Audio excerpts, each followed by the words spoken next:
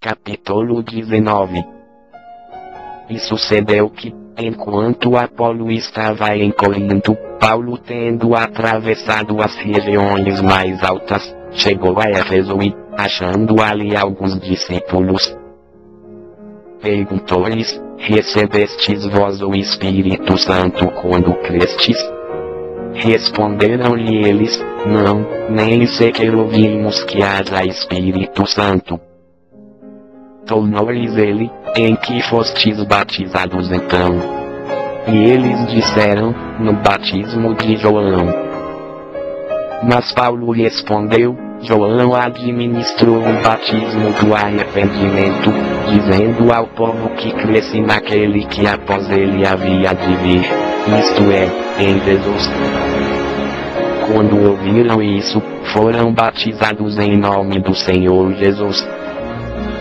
Havendo-lhes Paulo imposto as mãos, veio sobre eles o Espírito Santo, e falavam em línguas e profetizavam.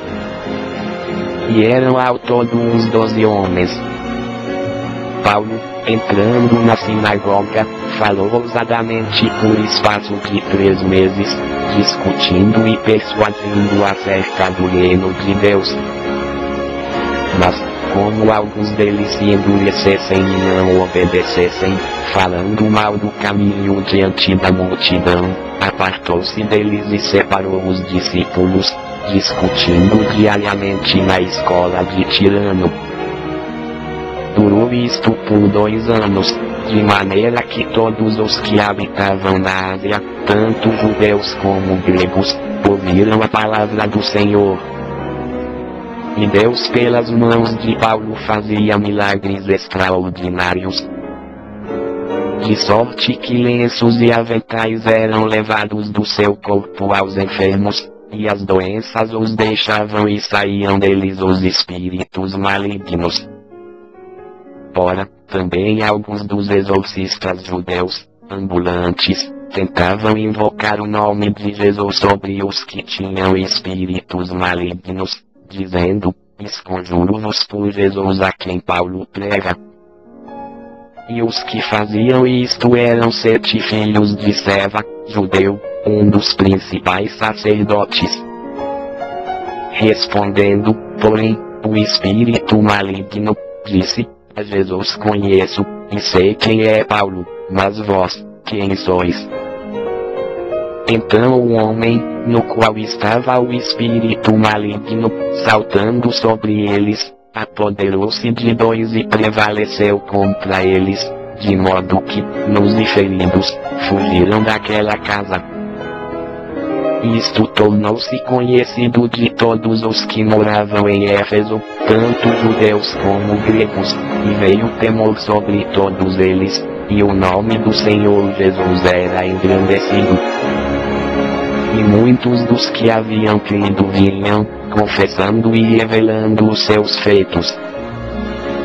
Muitos também dos que tinham praticado artes mágicas ajuntaram os seus livros e os queimaram na presença de todos, e, calculando o valor deles, acharam que montava a 50.000 moedas de prata.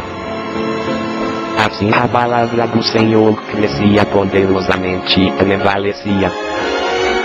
Cumpridas estas coisas, Paulo propôs, em seu espírito, ir a Jerusalém, passando pela Macedônia e pela Acaia, porque dizia: depois de haver estado ali, é-me necessário ver também em Roma. E, enviando a Macedônia 2 dos que o auxiliavam, Timóteo e Erasto, ficou ele por algum tempo na Ásia. Por esse tempo houve um não pequeno alvoroço acerca do caminho.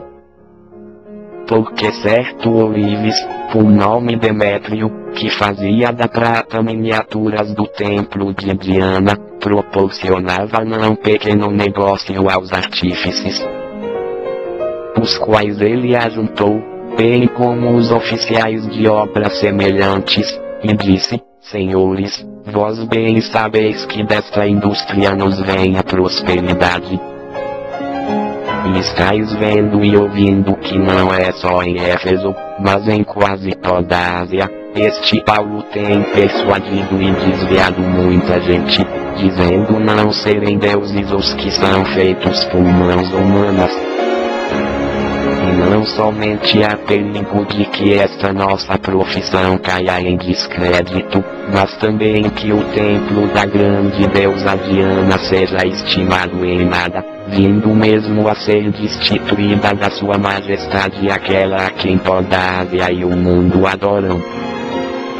Ao ouvirem isso, encheram-se de ira, e clamavam, dizendo, grande é a Diana dos Efésios. A cidade encheu-se de confusão, e todos a uma correram ao teatro, arrebatando a Gaio e a Aristarco, macedônios, companheiros de Paulo na viagem.